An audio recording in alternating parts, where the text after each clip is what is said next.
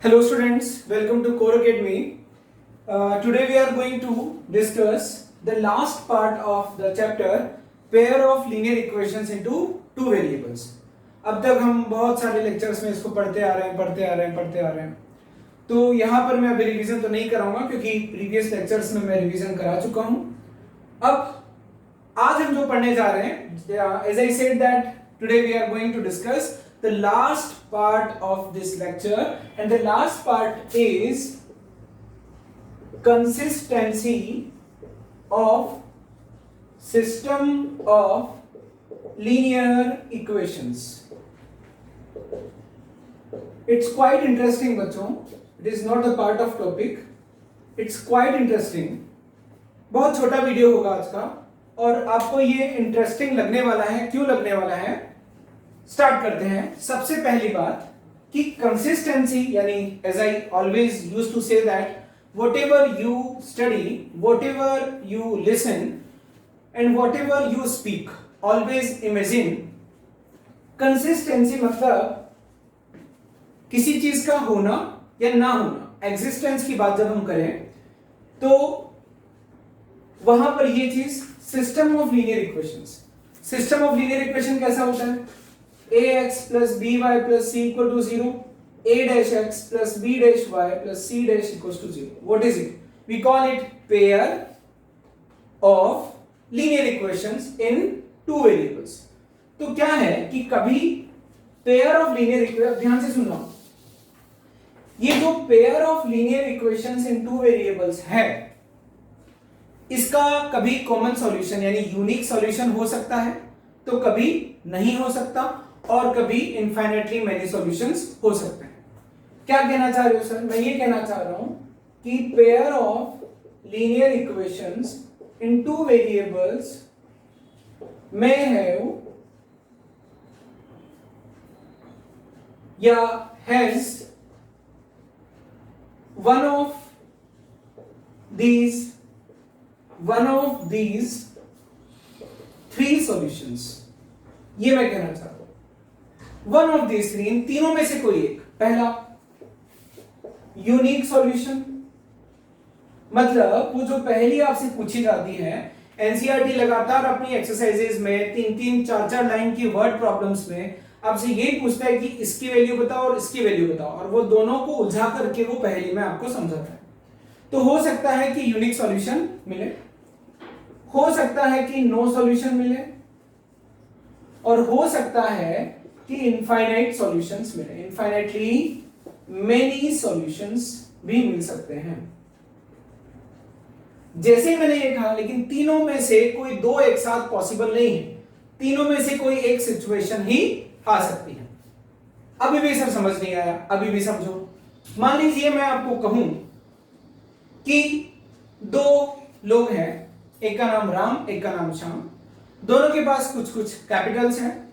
तो कहा गया कि sum of their capitals is 40 and sum of twice of their capitals is ₹80. या पहले 70 ले लेता हूं. मैं आपको पहले भी समझा चुका हूं, बहुत ध्यान से समझना, क्योंकि this is the basic for understanding consistency of system of linear equations. तो वो जो पेयर आपको दिया जाता है ना दो इक्वेशंस का, तो आपको बताना है उन इक्वेशंस की शक्ल देख करके, ये हम आज पढ़ने वाले हैं, उन दोनों इक्वेशंस को देख करके आपको बताना है कि उसका यूनिक सॉल्यूशन होगा या नो सॉल्यूशन होगा या इनफाइनाइटली मेनी सॉल्यूशन होंगे. अब अगर मैं कहूं कि राम और श्याम की कैपिटल का सम 40 और उनकी वो जो कैपिटल्स हैं उनके दुगने का सम 70. बच्चों इस सिचुएशन को आप एल्जेब्रिकली ना सोच करके, मैथमेटिकली ना सोच करके कॉमन सेंस अप्लाई करो. मैंने कहा मेरे और मेरे दोस्त के पास जो पैसा है उसका सम 40 है और हमारे पैसों को अगर दुगना कर दिया जाए तो वो तो 80 होगा ना. How is it possible? तो यानी बच्चों अगेंस्ट द कॉमन सेंस तो हम क्या बोलेंगे कि ऐसे सिचुएशन पॉसिबल ही नहीं है. सिचुएशन इज नॉट पॉसिबल, यानी ये जो सिचुएशन है ये इम्पॉसिबल है, कि ऐसा हो ही नहीं सकता. जिनका सम 40 है उनके दुगनों का सम, यानी इस इक्वेशन को जब 2 से मल्टीप्लाई करोगे तो what do you get? You get 2x plus 2y equals to 80, ना कि 70. तो ये कौन सा केस है? No solution. यानी राम और श्याम जो आप बता रहे हो उनके पास जो कैपिटल है वो सर एग्जिस्ट ही नहीं करती है, या हमें पहली गलत तरीके से पूछी गई है। How is it possible? या मैं ये बोलूं कि फादर एंड सन की एजेस का सम जो है या एजेस का डिफरेंस 15 ईयर्स है और उनकी एजेस के ट्वाइस का डिफरेंस 10 है। अब ये क्या बकवास है? मतलब अगर पिताजी की इसकी माने तो पिताजी की एजेस का डिफरेंस 15, तो 2 से मल्टीप्लाई करने पर यानी कि बच्चों सपोज उनकी एज 40 और 25 है, तो डिफरेंस 15 आ रहा है ना। तो अगर मैं डबल कर दूं, इसको भी डबल कर दूं, तो डिफरेंस डबल होना चाहिए ना, यहां तो बकवास है। तो यानी कहने का मतलब ऐसा पॉसिबल नहीं है, तो नो सॉल्यूशन वाला केस भी हो सकता है। यूनिक सॉल्यूशन वाला तो आप कर ही रहे हो, कई सारे क्वेश्चंस आपने कर लिए। नो सॉल्यूशन वाला केस मैंने आपको समझा दिया। अब इनफाइनाइटली मेनी सॉल्यूशंस कब होगा? मान लीजिए एक एग्जांपल हम लोग लेते हैं कि if sum of their capital, Ram और श्याम वाला example, is ₹40 and sum of doubles of their capitals is ₹80, sum of thrice of their capitals is ₹120। ये क्या बकवास है? एक ही टाइप की रिलेशनशिप को आप बार बार दिए जा रहे हो, यानी तीनों इक्वेशन एक ही तो इक्वेशन को रिप्रेजेंट करती है, x + y = 40। देखो इसका दुगना ये है, इस इक्वेशन का 3 गुना ये है, तो मतलब तीनों बार इक्वेशन लिखी, दिखने में थोड़ी देर के लिए अलग अलग है पर इक्वेशन तो एक ही है। और यू नो दैट कि if one equation is given in 2 variables then we can not solve, because जब एक ही इक्वेशन है तो इनफाइनाइटली मेनी सॉल्यूशंस। तो ये भी आपने देखा, क्योंकि अगर ऐसा है तो मैं क्या बोल सकता हूं कि दोनों के पास कैपिटल 10 और 30 चलेगा, वो इसको भी सेटिस्फाई करेगा, इसको भी करेगा, इसको भी करेगा। दोनों के पास कैपिटल 20 करेगा, दोनों के पास कैपिटल 30 और 10 करेगा, 15-25 करेगा, 0-40 करेगा। कैसे भी करके देख लो आप, हमेशा infinitely many solutions you can suggest for this pair of linear equations into 2 variables। तो ये तो था इंट्रोडक्शन। ऑब्जेक्टिव क्या है कि हमें जो पेयर दिया जा रहा है, यानी अब हम लोग डिस्कस करेंगे case of consider pair of allies in 2 variables is, पहली है a1x plus b1y plus c1 equals to 0, दूसरी है a2x plus b2y plus c2 is equal to 0। आपको ऐसे पेयर पकड़ा दिया जाएगा और कहा जाएगा कि बताओ इस सिस्टम के सॉल्यूशंस पर कमेंट करना है, यूनिक सॉल्यूशन है या नो सॉल्यूशन है या इनफाइनाइटली मेनी सॉल्यूशंस। तो बच्चों अभी मैंने आपको एग्जांपल के थ्रू समझाया था, तो दिस सिस्टम, यानी अब हम लोग डिस्कस कर रहे हैं case 1 for infinitely many solutions,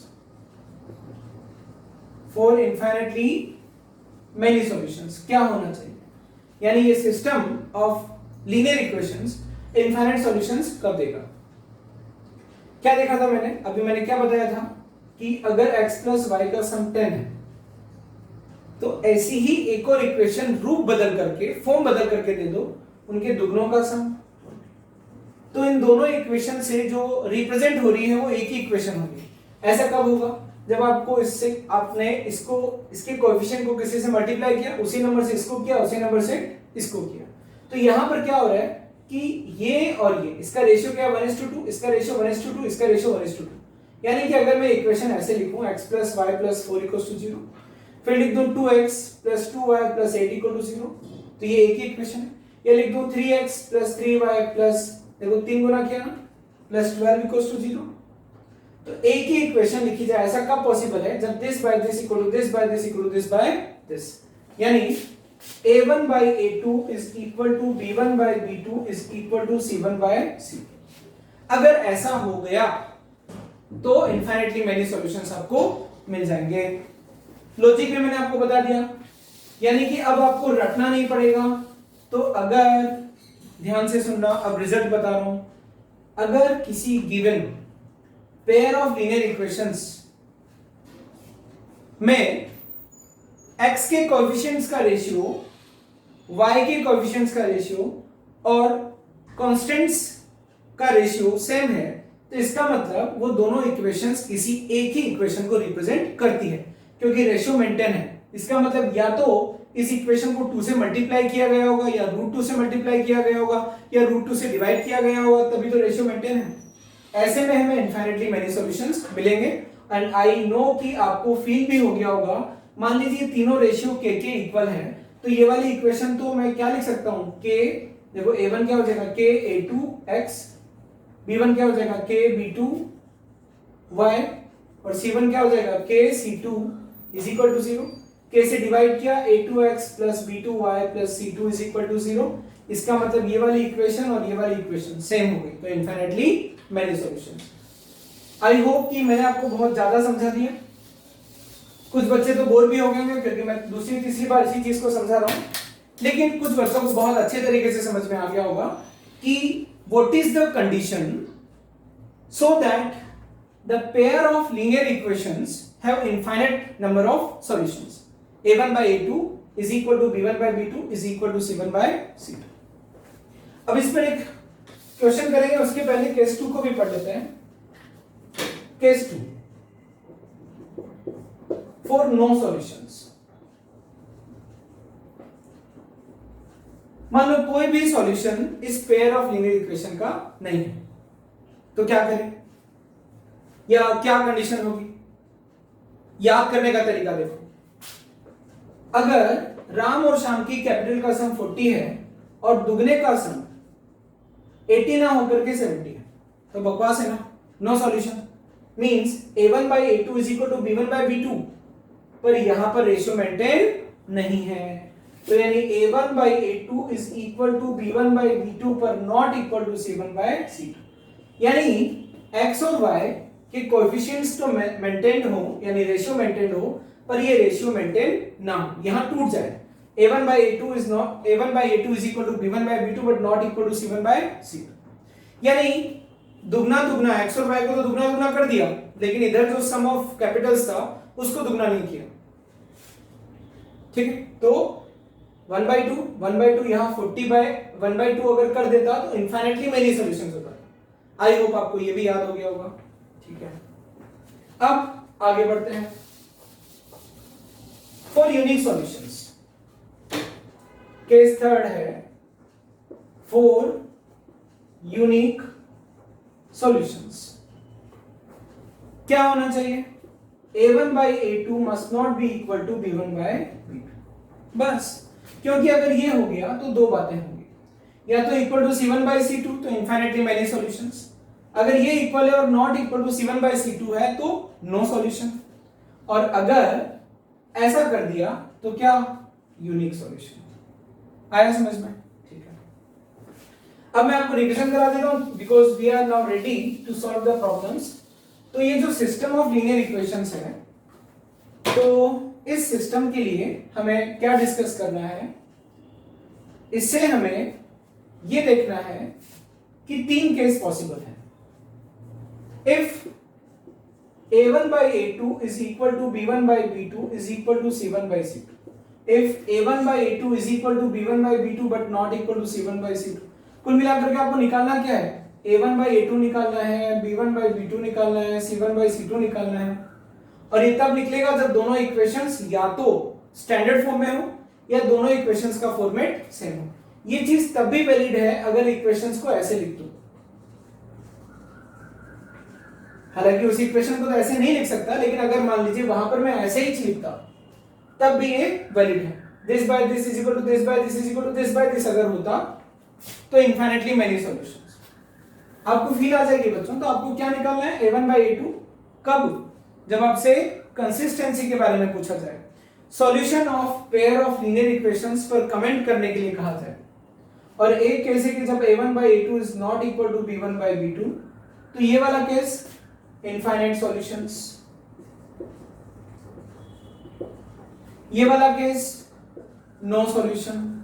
याद करने का तरीका, दोनों की सम को दुगना, दोनों की कैपिटल्स को दुगना तो कर दिया, लेकिन उनका जो सम था एक्चुअल में उसको दुगना नहीं किया, यहां पर उसको भी दुगना कर दिया, और यहां पर एकदम अलग है, यूनिक सॉल्यूशन, यानी सिर्फ एक ही पेयर x, y का होगा जो कि पेयर ऑफ लीनियर इक्वेशंस को कॉमनली सेटिस्फाई करेगा। इतना समझाने के बाद में बच्चों मुझे पूरी उम्मीद है कि आपको समझ में आ गया होगा। आ गया समझ में? ठीक है, तो अब हम आगे बढ़ते हैं और कुछ क्वेश्चंस को सॉल्व करते हैं। ये मैं आपको बताना भूल गया बच्चों कि ये बोर्ड के लिए बहुत इंपॉर्टेंट है। क्या चीज? कंसिस्टेंसी। तो बोर्ड में कैसे क्वेश्चन पूछा जाता है? आई थिंक कि almost every year this type of question is asked in 1 mark or 2 marks question. So this is very important.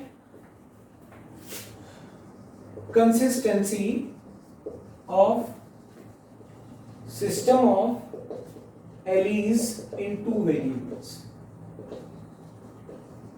अब मैं कुछ क्वेश्चंस करवा देता हूं। If system of linear equations kx minus 2y plus 3 equal to 0 and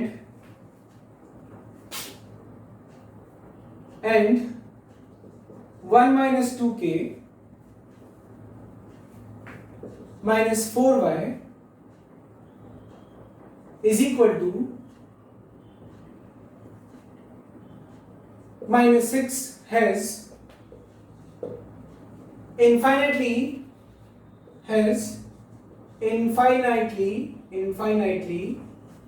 many solutions, find k। ये ऐसे question board में पूछे जाते हैं, 1 मार्क या 2 मार्क्स में पूछा जाएगा। ठीक है, आपको दो इक्वेशन दी हैं, दोनों इक्वेशन या उस पेयर या उस सिस्टम ऑफ लीनियर इक्वेशंस की शक्ल देख करके या कुछ एनालाइज करके आपको कमेंट करना है, कमेंट नहीं करना है, की वैल्यू निकालनी है। गिवन ये है कि ये जो पेयर है it has infinitely many solutions. तो दोनों इक्वेशंस का फॉर्मेट देखो अलग अलग है ना, ठीक है। तो रीराइटिंग द इक्वेशंस, कंडीशन लगाने से पहले आप ये याद रखेंगे कि दोनों इक्वेशंस का टाइप सेम होना चाहिए। क्रॉस मल्टीप्लिकेशन में भी टाइप स्टैंडर्ड फॉर्म में होना चाहिए, तब जाकर के क्रॉस मल्टीप्लिकेशन लगता था। कंसिस्टेंसी में मैं ये नहीं बोलूंगा कि दोनों जनरल फॉर्म में लिखे हो, मतलब ये जरूरी नहीं है कि दोनों इक्वेशंस को ax plus by plus c equal to 0 form में लिखो, कैसे भी फॉर्म में लिखो, लेकिन दोनों इक्वेशंस सेम फॉर्मेट में लिखी हुई होनी चाहिए। Rewriting the equations kx minus 2y is equal to -3, equation number 1। इसको भी ऐसे लिखा, 1 माइनस, ये मैंने गड़बड़ कर दिया, 1 minus 2k into x, 1 minus 2k into x minus 4y is equal to कितना? -6। ठीक है, फॉर इनफाइनाइटली मेनी सॉल्यूशंस, दोनों का टाइप मेंशन कर दिया, सेम टाइप है। ठीक है, for infinitely many solutions,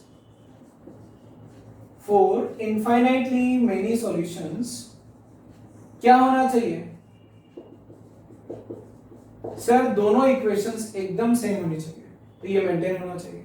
a1 by a2 k upon 1 minus 2k, b1 by b2 minus 2 upon minus 4 minus 3 upon minus 6. This implies k upon 1 minus 2k is equal to half, So on solving this, क्या आया? 2 into k is equal to 1 minus 2k, so 4k is equal to 1, k is equal to 1 by 4 is the answer। एक number मिल गया। और question करते हैं। तो आपने क्या देखा, ऐसे क्वेश्चंस को करने के लिए आपको कंडीशंस पता होना चाहिए। और देखो, if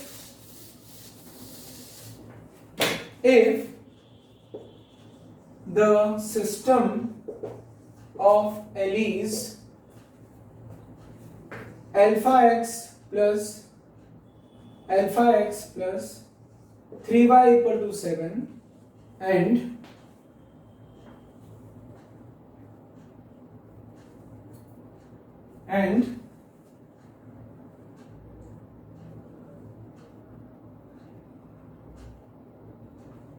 4x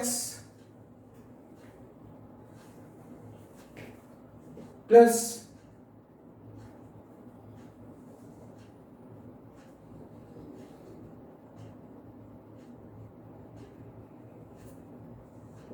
3 alpha y is equal to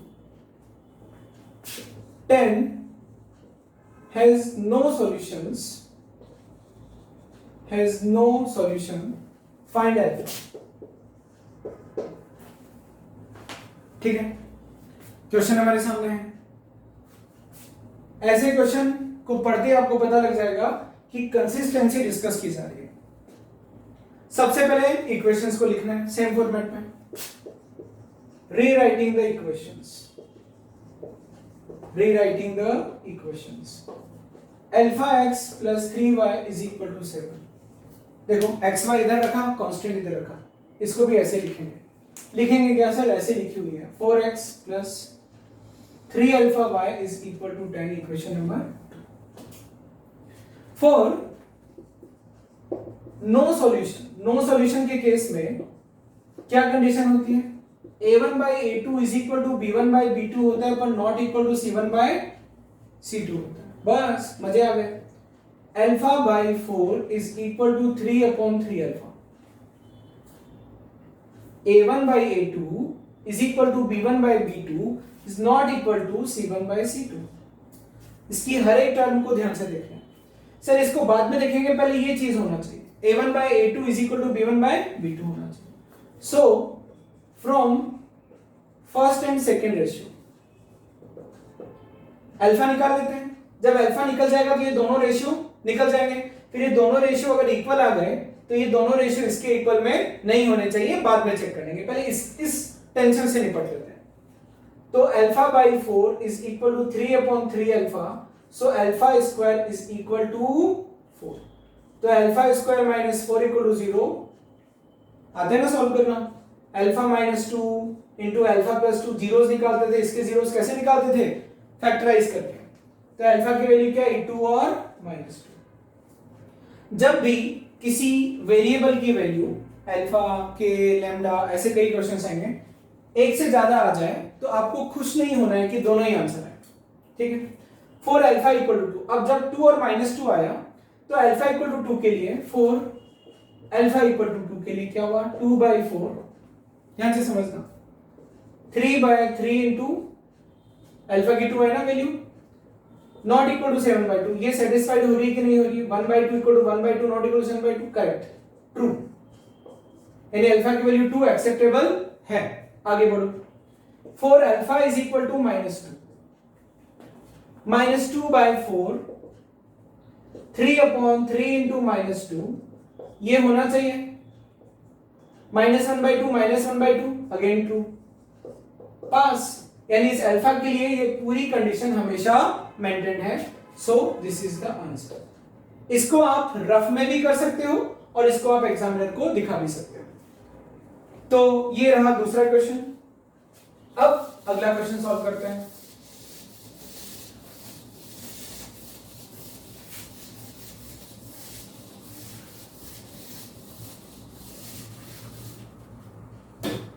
If the system of linear equations alpha minus 1 into x is equal to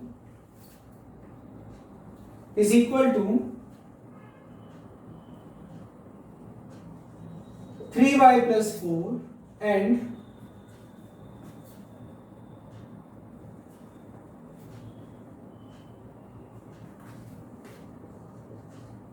3x is equal to 4 alpha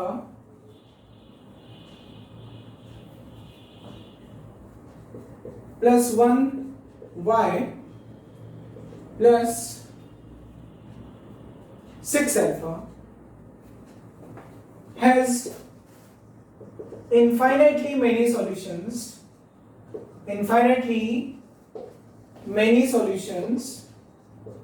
then find alpha। अब इक्वेशन का टाइप देखो कैसा है। देखो दोनों सेम फॉर्मेट में है, वो आपको परेशान करने के लिए ऐसे भी कर सकता था, ऐसे भी दे सकता था, लेकिन वी हैव डिसाइडेड कि जब भी हम कंसिस्टेंसी को डिस्कस करेंगे format of both the equations must be same. तो अब इस क्वेश्चन को सॉल्व करते हैं।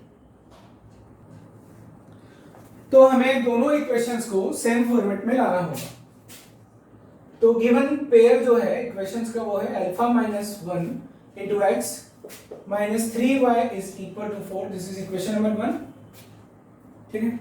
और उधर 3x मैं डिसाइड कर चुका हूं कि x y को इधर लिखूंगा, minus 4 alpha plus 1 into y is equal to 6 alpha. This is equation number 2।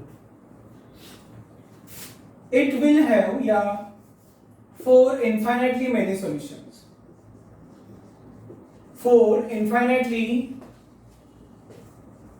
many solutions। क्या होना चाहिए, a1 by a2 is equal to b1 by b2 is equal to c1 by c2। तो ये होना चाहिए। तो alpha minus 1 a1 upon 3 a2, b1 minus 3 upon 4 alpha plus 1 minus का x का कोएफिशिएंट पहली इक्वेशन में, इधर x का कोएफिशिएंट, y का कोएफिशिएंट माइनस 3 b1, b2 क्या होगा minus of 4 alpha plus 1, c1 by c2 4 upon 6 alpha. ठीक है, सिंप्लीफाई करते हैं। अल्फा माइनस 1 बाई 3 माइनस से माइनस कटा, 3 अपॉन 4 अल्फा प्लस 1, 2 से 2, 2 से 3, 2 अपॉन 3 अल्फा। अब बच्चों इस ये जो तीन रेशियो इक्वल हैं, अल्फा ऐसा ढूंढना है जो रखने पर या जिसको हम पुट करें तो ये तीनों के तीनों रेशियोज इक्वल है। क्या करें, आसान है। तो इसके लिए हम लोग सबसे पहले देखो या तो इन दोनों को पकड़ लो या इन दोनों को पकड़ लो। अब आपको दिमाग लगाना पड़ेगा। अगर इन दोनों को पकड़ोगे तो क्वाड्रेटिक आ जाएगा और इन दोनों को पकड़ोगे तो क्वाड्रेटिक नहीं आएगा। देखो ऐसा नहीं है कि इन दोनों को पकड़ोगे तो नहीं होगा, ये ना मैं वर्स्ट केस वाला ही कर लूं, लेकिन अच्छा मजा तब आएगा जब आप इन दोनों को पकड़ करके अल्फा के वैल्यू लाओ, क्योंकि this into this alpha alpha रहेगा, यानी अल्फा स्क्वायर नहीं होगा। इसमें देखो अल्फा स्क्वायर हो जाएगा। फिर भी मैं कठिन रास्ता अपना लेता हूं, बाकी आप क्या करना, इन दोनों को पकड़ करके करना। मैं इसलिए ये वाला रास्ता अपना रहा हूं क्योंकि इसमें अल्फा की दो वैल्यूज आएंगी, उन दोनों को आंसर नहीं मानना है। अल्फा की एक वैल्यू पकड़ करके इन तीनों रेशियोज की इक्वलिटी चेक करनी है, फिर दूसरी वैल्यू से इक्वलिटी चेक करनी है। दोनों से होल्ड करेगी तो दोनों आंसर, एक से होल्ड करेगी तो एक आंसर। वैसे आप देख सकते हो यहाँ अल्फा की अगर इसको सॉल्व करता ना तो अल्फा की एक ही वैल्यू आएगी, तो यानी कि रिजेक्शन भी होगा। यहां से जो अल्फा की दो वैल्यूज मिलेगी ना तो आप सीखोगे बच्चों की रिजेक्ट कैसे करते हैं सॉल्यूशन। तो from first and second ratio alpha minus 1 by 3 is equal to 3 upon 4 alpha plus 1। Cross multiply किया, alpha minus 1 into 4 alpha plus 1 is equal to 9। 4 alpha square plus alpha minus 4 alpha minus 1 is equal to 9। 4 alpha square minus 3 alpha minus 10 is equal to 0।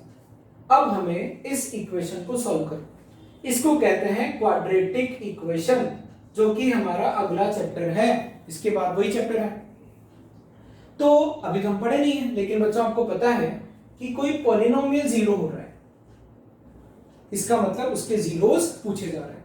मतलब alpha क्या रखूं जिससे ये क्या बन जाए, zero. तो किसी पॉलिनोमियल के जीरोस निकालने के लिए क्या किया करते थे हम, चैप्टर नंबर 2 पॉलिनोमियल, क्या करते थे, फैक्टराइज करते थे। तो फैक्टराइज कैसे करूं, इसके टुकड़े 2 2, शॉर्टकट याद है ना, ट्रिक देखिए ना सभी ने यूट्यूब पे, 2 2 और इधर इसको मैं करता हूं 2 और 5 में ब्रेक। अब क्रॉस प्रोडक्ट्स का सम -3 होना चाहिए। 10 4 नहीं होगा, 5 2 किया, 4 10 नहीं होगा, 1 4 किया, 2 20 नहीं होगा, ऐसे किया 5 6 नहीं होगा, तो इसको ऐसे ब्रेक किया, मुझे डिफरेंस 3 चाहिए ना, तो मैंने इसको ऐसे ब्रेक किया कि 5 2 22 4 1 8 5 ये हो गया। 4 1 में इसको ब्रेक करूं, यहां तो मेहनत लगती है शॉर्टकट में 8, तो यानी बच्चों माइनस का 8 होना चाहिए, माइनस का 8 प्लस का 5, इन दोनों का क्रॉस प्रोडक्ट्स का सम -3 होना चाहिए। ये शॉर्टकट जिनको नहीं समझ में आ रहा है YouTube में कोर एकेडमी के चैनल पर प्लेलिस्ट मैथ्स ट्रिक्स के नाम से देखना, उसमें आपको दिख जाएगा। तो ये हो गया। अब फैक्टर करो, इनके फैक्टर्स होंगे 4 alpha plus 5 into alpha minus 2 is equal to 0। आप स्प्लिटिंग द मिडिल टर्म से भी 4 इंटू 10 40 के ऐसे दो पार्ट्स कर सकते थे जिनका प्रोडक्ट तो 40 लेकिन डिफरेंस 3। फैक्टराइजेशन के बाद में मुझे क्या मिला, अब आप निकाल सकते हो, अगर किसी पॉलिनोमियल के फैक्टर्स ये हैं तो अल्फा की वैल्यू क्या क्या आई, -5/4 एंड 2। अब यहां पर आंसर नहीं लगा देना है क्योंकि सर अभी हम ना इन दो की ही टेंशन लेकर के चल रहे हैं, तो अल्फा का अब रिजेक्शन भी हो सकता है, तो इन दोनों वैल्यूज को चेक करेंगे। As I have already said कि मैं डिफिकल्ट रास्ते को पकड़ रहा हूं जिसमें आप रिजेक्शन भी सीखोगे, क्योंकि जब आप शीट सॉल्व करोगे, प्रीवियस ईयर बोर्ड के क्वेश्चन सॉल्व करोगे, एनसीईआरटी सॉल्व करोगे, तो कई जगह ऐसे सिचुएशन में आप फंस जाओगे। अब मुझे देखना है कि अल्फा की कौन सी वैल्यू को एक्सेप्ट करूं। ठीक है, ये तीनों रेशियो इक्वल होना चाहिए। उसके आगे if alpha is equal to 2, shortcut ये है कि जब आप रिजेक्शन करो ना बच्चों, तब अल्फा ना पहले इन दोनों में रखा करो, या देख लो अल्फा 2 रखा तो 2 रखा तो 2 - 1 1/3 3/9, 2 रखा 2/3 इंटू 2 कितना आया 1/3 आया कि नहीं आया, 1/3 1/3 1/3 acceptable. Alpha equal to 2 done. ठीक है, ट्रू है ये। If alpha is equal to -5/4, देखना कांड होगा, -5/4 then 3 ratios, -5/4 -1/3 3/4 into -5/4 plus 1 2/3 into -5/4। Check करो तीनों इक्वल आने चाहिए। -5 - 4 -9/4/3 3/5 plus 1 -4, ये हो गया आपका 2, ये 4 ऊपर चला जाएगा 8/-15 क्या आया -3/4 is equal to -3/4 is equal to 8/15 not true, not possible, means it is not acceptable. तो यानी मैं क्या बोल सकता हूं कि इट इज एक्सेप्टेबल, रीजन बता दिया, and it is not acceptable.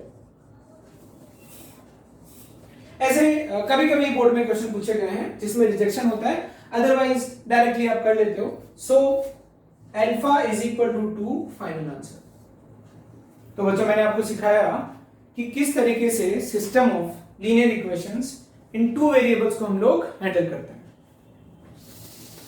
तो यानी जब भी कंसिस्टेंसी क्वेश्चन में डिस्कशन करना हो कंसिस्टेंसी का, तो हम रेशियोज के दम पे करते हैं। अब अगला जो हमारा टॉपिक है बहुत छोटा टॉपिक है, हमें कमेंट करना है कि यानी positions of straight lines, positions of pair of straight lines, positions of pair of straight lines मतलब क्या। बहुत इंटरेस्टिंग है ये भी। इंटरेस्टिंग ऐसे है, पेयर ऑफ स्ट्रेट लाइंस की बात की जा रही है बच्चों, तो पेयर ऑफ स्ट्रेट लाइन या तो पैरेलल होंगी या एक दूसरे को काटेंगी या दोनों लाइन एक ही होंगी। इसको कहते हैं पैरेलल का केस, इसको कहते हैं इंटरसेक्टिंग का केस, और इसको कहते हैं कोइंसाइडिंग। हिंदी में कहते हैं इसको समपाती, एक के ऊपर एक पात यानी गिरने वाली लाइन, सेम लाइन। अब आप समझ गए बच्चों। तो इफ कंसीडर द, देखो, positions of pair of straight lines from their equations, या if their equations are given. बहुत छोटा टॉपिक है, if their equations are given, ठीक है। इक्वेशंस आर गिवन मतलब linear equation into two variables always represents a straight line. तो मैं ये कह रहा था कि मान लीजिए आपको दो इक्वेशंस दी हुई, consider two straight lines are given by the equations a1x plus b1y plus c1 equals to 0, a2x plus b2y plus c2 equals to 0. If a1 by a2 is equal to b1 by b2 is equal to c1 by c2, क्या होगा? Infinitely many solutions. Infinitely, क्योंकि बच्चों pair of linear equation तो है, हर एक, इससे भी line connected है, इससे भी लाइन कनेक्टेड है, ग्राफिकल सॉल्यूशन से। एल्जेब्रिकली अभी हमने थोड़ी देर पहले क्या समझा था कि हम सॉल्यूशंस पर कमेंट कर रहे थे, ये आपको पता है। राम और श्याम की कैपिटल एग्जांपल याद रखना, तो रेशियो मेंटेन है, तो इनफाइनाइटली मेनी सॉल्यूशंस। यानी कि बच्चों दोनों लाइन जहां काटती है वो कॉमन सॉल्यूशन होता है। अब यहां तो लाइन बार बार काट रही है, तो ऐसा तो तभी पॉसिबल होगा जब दोनों लाइंस एक ही हो, मींस लाइंस आर कोइंसाइडिंग, ठीक है। सेकंड, अब उल्टा पढ़ाता हूं, इफ लाइंस आर पैरेलल। आपको बच्चों कैसे भी क्वेश्चन पूछा जा सकता है, पहले कैसे पूछा जा रहा था, इक्वेशंस दे दी जा रही थी और बताया जा रहा था कि सॉल्यूशंस पर कमेंट कीजिए। अब वो ये कहे कि if the lines given by the equations are parallel, find alpha. alpha इसमें कहने का अननोन होगा, तो आपको उल्टा भी आना चाहिए। पैरेलल है मतलब नो सॉल्यूशन। जब दो लाइंस पैरेलल हैं, तो आपने ग्राफिकल सॉल्यूशन में पढ़ा था कि अगर पैरेलल है मतलब they will not intersect, and if they do not intersect means there is no solution. तो नो सॉल्यूशन, और नो सॉल्यूशन के केस में क्या होता है, राम और श्याम की कैपिटल दुगनी तो मतलब उनको दुगना तो कर दिया जाता है, लेकिन उनका जो सम है वो दुगना नहीं किया जाता। तो for the given pair of linear equations अगर ऐसा हो जाए तो क्या हो गया, लाइंस आर पैरेलल। अब लाइंस आर इंटरसेक्टिंग, इसको भी उल्टा पढ़ लेते हैं। लाइंस आर इंटरसेक्टिंग मतलब यूनिक सॉल्यूशन, और यूनिक सॉल्यूशन का केस क्या होता है, a1 by a2 कहानी यहीं पर खत्म हो जाती है, आगे c1 by c2 तक पहुंचना ही नहीं पड़ता, ठीक है। अब एक क्वेश्चन कर लेते हैं, यानी आपको ना बच्चों अब ये पूरा का पूरा याद होना चाहिए, मतलब सॉल्यूशंस पर भी, यानी कि आपको जो पेयर दिया है इक्वेशंस का वो दो लाइन से एसोसिएटेड है, तो आपको सेम टाइम पर दोनों चीजें समझ में आनी चाहिए। इसके सॉल्यूशन पर कमेंट करना हो, कमेंट क्या, unique solution, infinitely many solutions और नो सॉल्यूशन। वहीं अगर इनफाइनाइटली मेनी सॉल्यूशन से मतलब दोनों लाइंस कोइंसाइडिंग है, नो सॉल्यूशन है मतलब लाइंस आर पैरेलल, और अगर यूनिक सॉल्यूशन है तो मींस लाइंस आर इंटरसेक्टिंग। एक क्वेश्चन कर लेते हैं,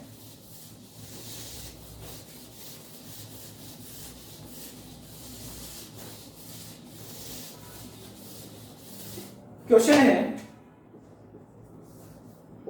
if the straight lines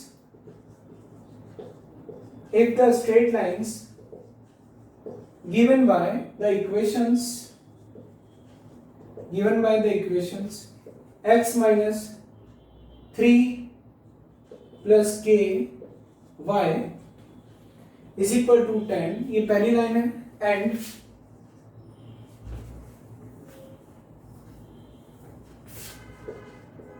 k by 2 x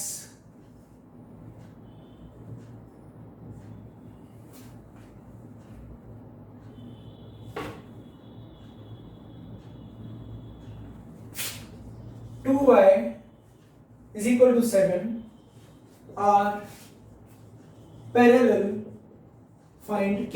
ये ऑब्जेक्टिव क्वेश्चन बन सकता है, then k will be equal to दो लाइंस पैरेलल, लाइंस क्या है, यानी इक्वेशंस को लिख रहा हूं, दोनों इक्वेशंस सेम फॉर्मेट में, x minus k plus 3y equals to 10, k by 2x minus 2y is equal to 7. Lines are parallel. This implies no solution. Solution कब होते हैं? Unique solution. Infinitely many solution coinciding. Parallel means no solution.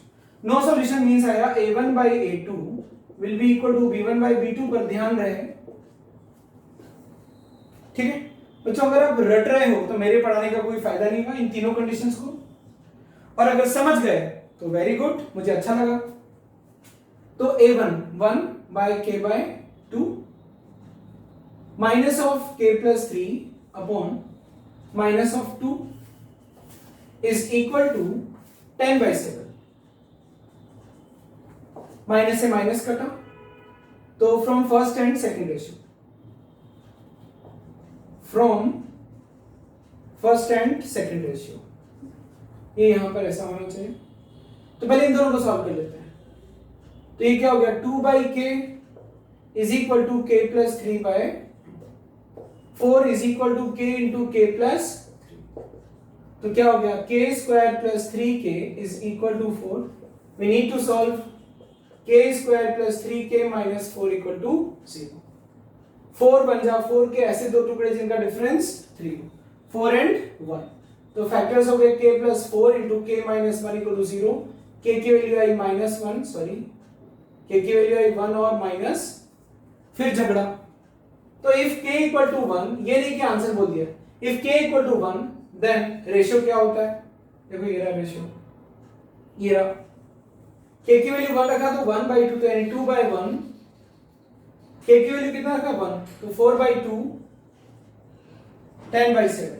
True और not, ये दोनों बराबर हैं, 2 by 1 2 by 1, पर ये बराबर नहीं है, ट्रू यानी एक्सेप्टेबल है। इफ, कहने का मतलब k equal to 1 is acceptable. If k is equal to minus 4, क्या होता है देखते हैं, माइनस 4, 2 by माइनस 4, फिर ये minus 4 plus 3 minus 1 by 2 is not equal to 10 by 7 हो रहा है, माइनस हाफ माइनस हाफ, तो k equal to minus 4 is also acceptable. Means क्या आ गया बच्चों, आंसर हम लोग लिख देंगे, आंसर आ गया, यहां बोर्ड भर गया इसलिए मैं यहां लिख रहा हूं, k की वैल्यू क्या,